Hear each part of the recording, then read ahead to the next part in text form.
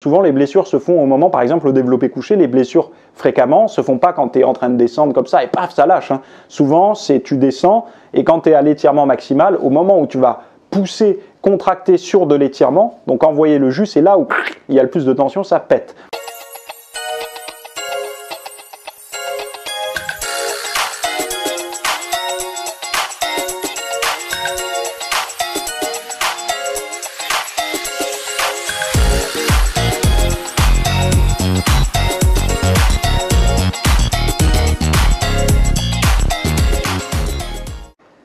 Salut à tous, allez on repasse à la nouvelle question du jeudi. Donc salut, que penses-tu de faire des séries de squats en commençant le mouvement par en bas, en posant la barre sur les sécurités du rack? Ça permettrait d'avoir une amplitude maximale avec moins de risques. Alors je suis pas convaincu que tu aies moins de risques. Hein. Parce que si je comprends bien, toi tu veux sortir la barre du rack, la poser sur les sécurités sur le côté, la charger, te placer dessous et pousser. Donc déjà il y a une problématique parce que de démarrer le mouvement sur l'étirement, c'est pas quelque chose de bon. Souvent les blessures se font au moment, par exemple au développé couché, les blessures fréquemment se font pas quand tu es en train de descendre comme ça et paf ça lâche. Hein. Souvent c'est tu descends et quand tu es à l'étirement maximal, au moment où tu vas pousser, contracter sur de l'étirement, donc envoyer le jus, c'est là où il y a le plus de tension, ça pète. Et crois-moi, moi ça a déjà craqué une fois, j'ai senti craquer, c'est à ce moment-là que ça a craqué. Donc régulièrement, c'est là-dessus que tu vas avoir des blessures. Donc au squat, ça serait reproduire la même chose que ce que je viens d'expliquer, mais sur un squat. C'est-à-dire qu'au moment où tu es le plus étiré, donc en plus tu me dis pour avoir une amplitude maximale, maximum là, donc tu es au pire étirement possible et toi tu veux envoyer toute la sauce à ce moment-là. Je ne suis pas convaincu que ce soit bon et en plus de ça, si tu démarres comme ça, à un moment donné, soit tu fais une rep et après tu le poses sans faire la descente, mais logiquement tu vas faire une série, donc tu vas redescendre, donc ça revient au même. Donc en fait c'est que le démarrage que tu veux faire comme ça, c'est un peu comme ce qu'on appelle le stop and go ou à la claque, quoi, de poser puis repartir. Si ton placement, tu n'arrives à l'avoir correctement que quand tu démarres d'en bas, c'est pas une bonne chose parce que ça veut dire que quand tu vas faire la négative ensuite, ton placement va être mauvais. Donc je te recommanderais déjà, si ton placement est pas bon, de pas descendre aussi bas, hein, tout simplement. L'amplitude complète, elle n'est pas faite pour tout le monde. Et puis elle n'est pas faite d'ailleurs forcément pour prendre du muscle. Ça c'est la théorie de la perfection en musculation, avoir les mouvements beaux, tu sais, agréables et tout, mais on n'est pas dans la gymnastique synchronisée, on est dans la violence et dans la destruction musculaire. On n'est pas là du tout dans l'esthétisme à l'entraînement. Donc, et puis surtout que c'est sans compter tous les problèmes de morphologie et compagnie. Alors je sais que pendant une période, il y a des gens qui ont dit ouais, mais avec du stretching, de la mobilité, tout le monde peut tout faire. Moi j'y crois pas une seconde et je vous recommande de me faire confiance sur ce sujet. Voilà. Donc après, je suis pas convaincu donc les risques soient moindres. J'avais noté aussi pourquoi faire de l'amplitude complète. En fait, je viens de le détailler un peu, mais quelles sont tes croyances sur l'amplitude complète? Est-ce que tu penses que de l'amplitude complète va te donner plus de muscles? Alors effectivement, si tu as les muscles très longs et si tu es peu à risque de blessure par rapport à tes insertions et tout, tu vas profiter de l'amplitude complète. Mais est-ce que tu es capable de t'analyser correctement pour savoir si tu es à risque de blessure ou pas? Voilà, ça c'est une bonne question.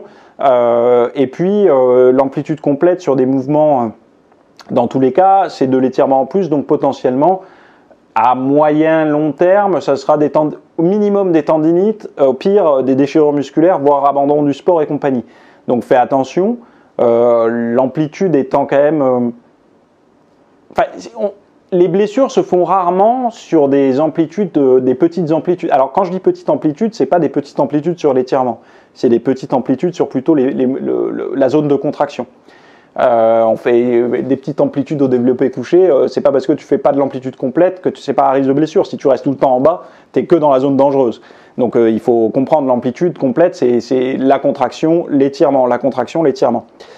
Mais si tu travailles en amplitude, on va dire partielle, sur la zone contraction et on va dire 3/4 d'étirement, mais tu te gardes ce petit quart de réserve. Exemple, par exemple, si tu fais un curl pour les biceps, donc tu contractes à fond et quand tu descends, au lieu de tendre tes bras comme un con comme ça, tu les gardes un tout petit peu fléchis, et ben oui, ben là tu vas pas surétirer tes tendons, etc. Donc c'est quand même une zone de sécurité qui ne va pas impacter ta prise de masse musculaire.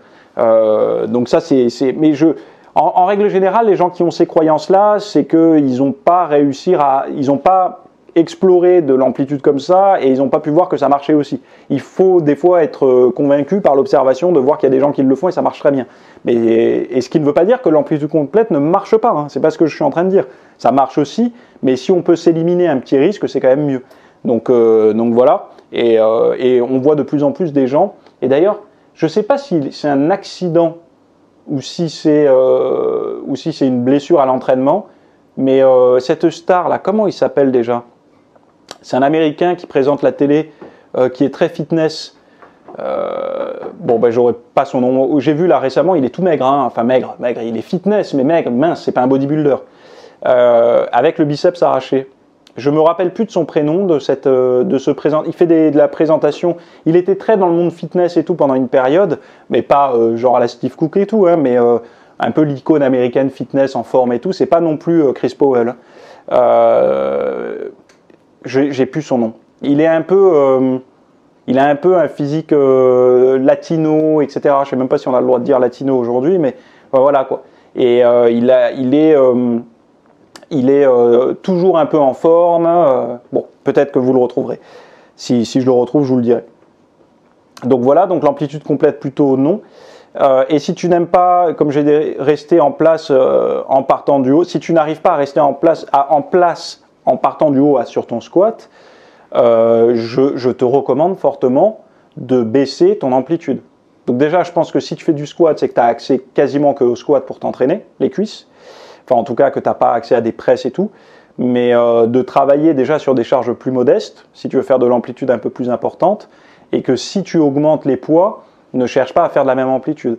Parce que, en fait, dans ton discours, je trouve qu'il y a une incohérence entre risque et amplitude complète. Je ne vois pas comment on peut rendre moins risqué une amplitude complète qu'une amplitude partielle. Par contre, tu as un très bon réflexe, c'est de travailler avec les sécurités. Parce que là, on en voit des tonnes de personnes qui finissent écrasées sous une barre au squat.